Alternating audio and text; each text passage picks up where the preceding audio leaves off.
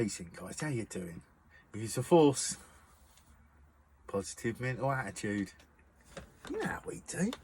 So, hope you're all well.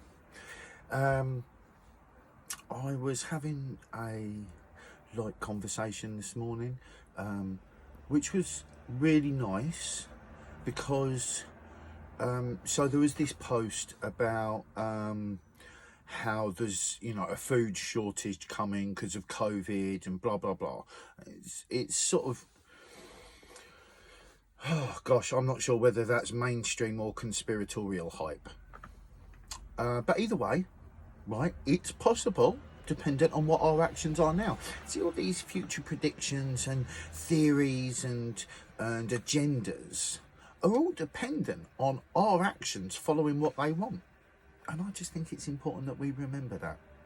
We have so much power in our choice. Anyway, so I was having this conversation and I just, I chucked a comment onto the post just saying how, there's lots of alternative ways to grow fruit and veg now. We don't need to grow in fields. We can grow on walls with gravity-fed water, so you'd probably need one pump.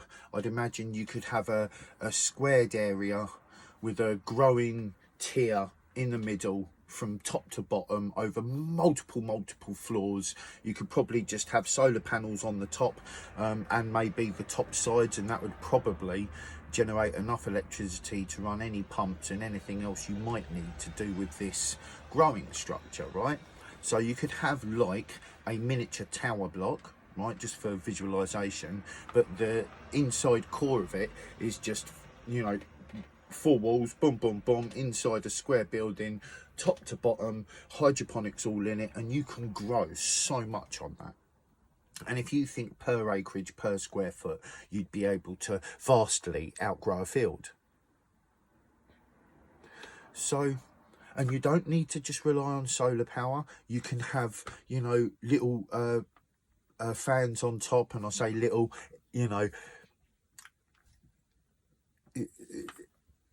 just not the big things that you see in the field, something that's appropriately sized for the top of the building, just in case the sun ain't sucking it, the panels ain't sucking enough energy off of the sun, We've got multiple ways of utilising our energies to incorporate what we do with our food.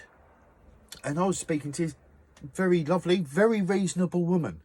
It was really nice because I'd made this point about alternative sustainable ways of growing, and maybe we could do with not eating meat for a couple of years.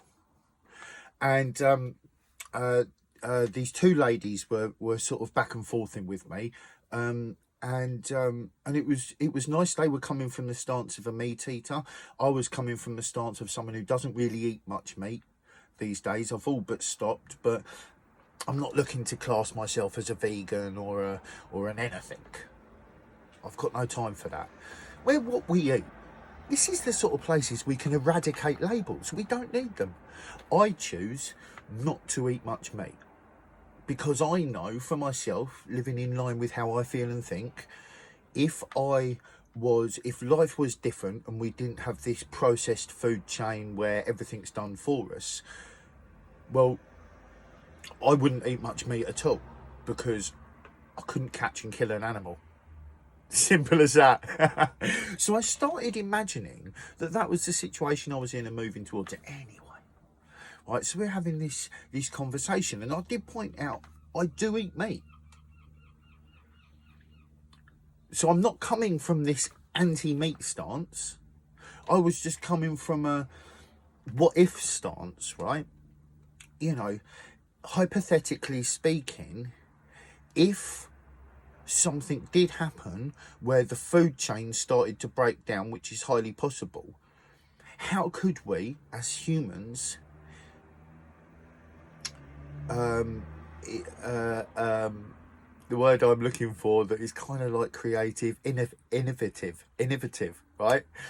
Innovative humans, right? What could we do to alter our situation? I think, is it worth people, just taking these thoughts on, right? Could you do rations, right? Like our grandparents did, the end of the war, because in a sense it feels like we're at war. I don't want to jump on the we're at war bandwagon. I'm more like we're on the progression bandwagon. Let's not pretend everything's worst case. Let's be aware of the severity of our actual situation, but let's not perpetuate it with buying into all of the theories or agendas, right? From both sides. From mainstream, you've got agenda. From the fringes, you've got conspiracy theory, right? They're both the same thing, basically. So we've got these things going on. So is it not worth us considering what our future options could be, and maybe starting to aim our lives in this direction whereby we're getting at least used to it mentally? Because what comes first, the action or the thought? It's one of the reasons why I call this food for thought, right?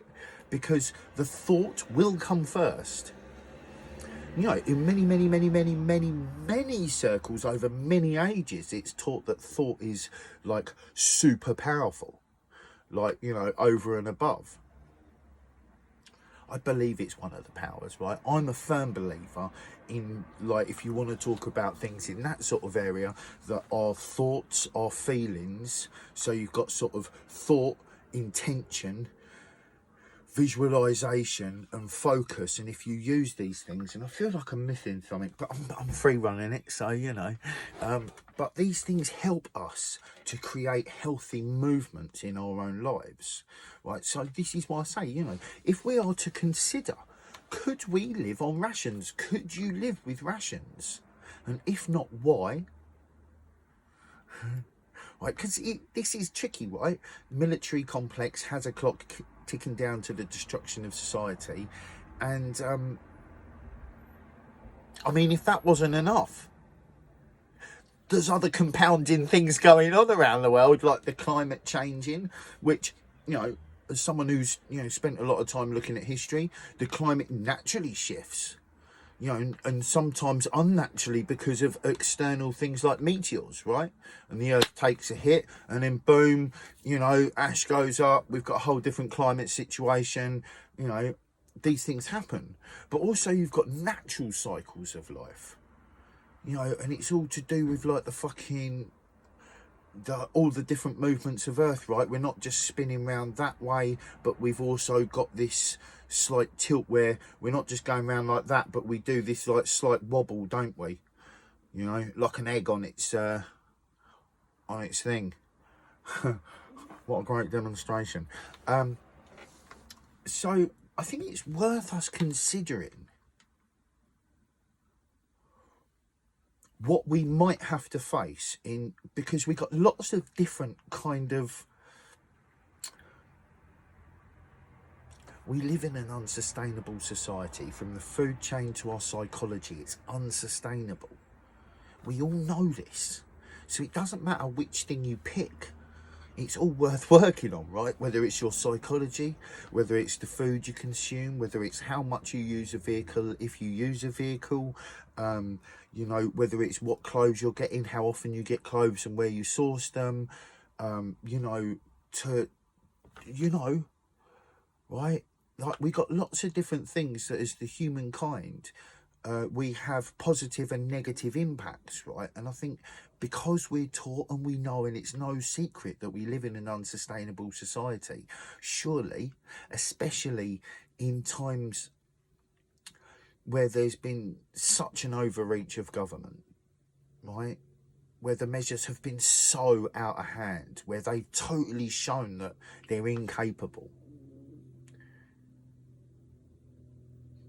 You know, like a video I recently made about the rise and fall of civilizations.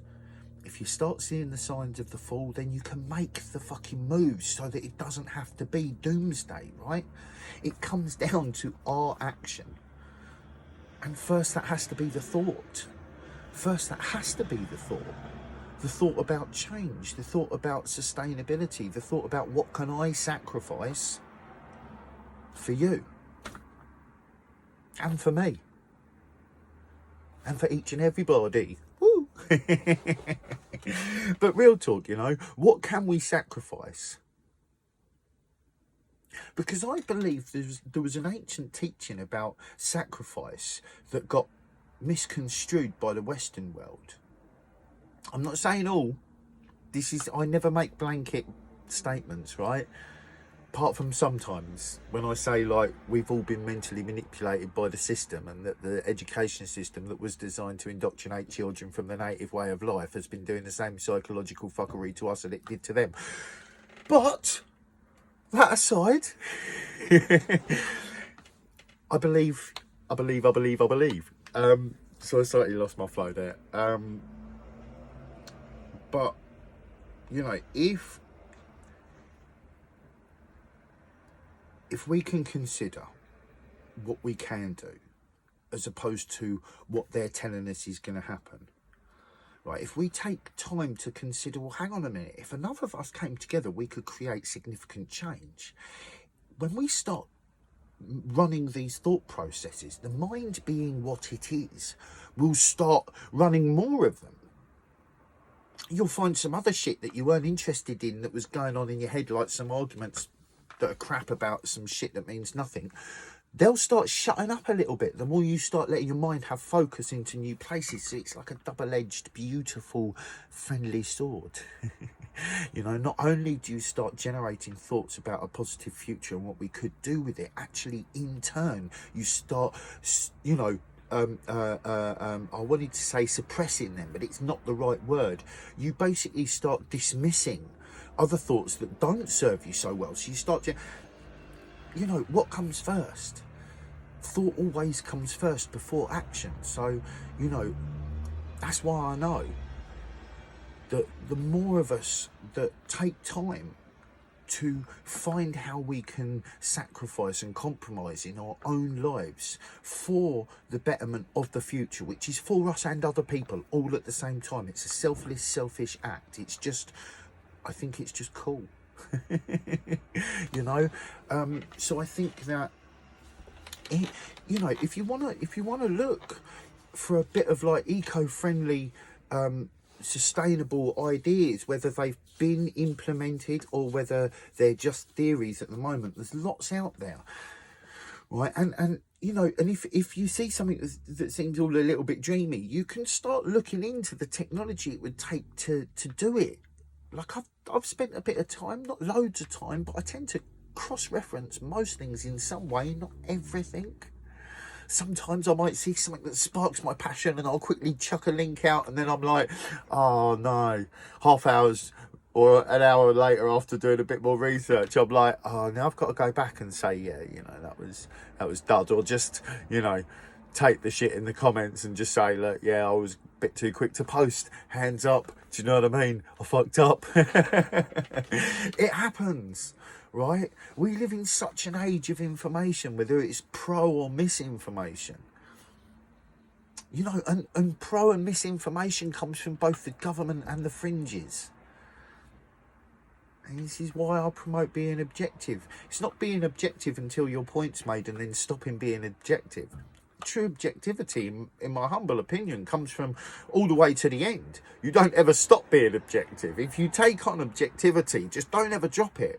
Right, so you get to a certain point where you feel like, oh, blimey, okay, yeah, so the government have been in bed with, you know, such and such a corporations and families for some time.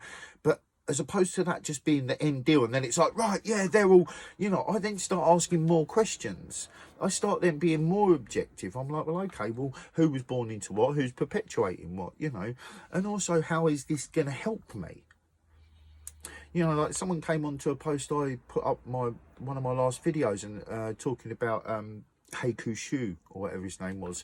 Sorry if I'm butchering it again. And he just gave me this little, this person, or he or she, gave me this little like rendition about who Heiku Shu was and how they're a Marxist and all these other labels that I don't really have any time for. And said, is that objective enough for you? And I was, in reality, no, it's not, mate. Sorry. Keep pushing that, but we're up on that time. So I say to you, use force, positive mental attitude, be kind with your thoughts to yourselves and to others. Keep loving your hearts to yourselves like you would for others, and let's get it. Get what, John? Awareness, of course. Peace in.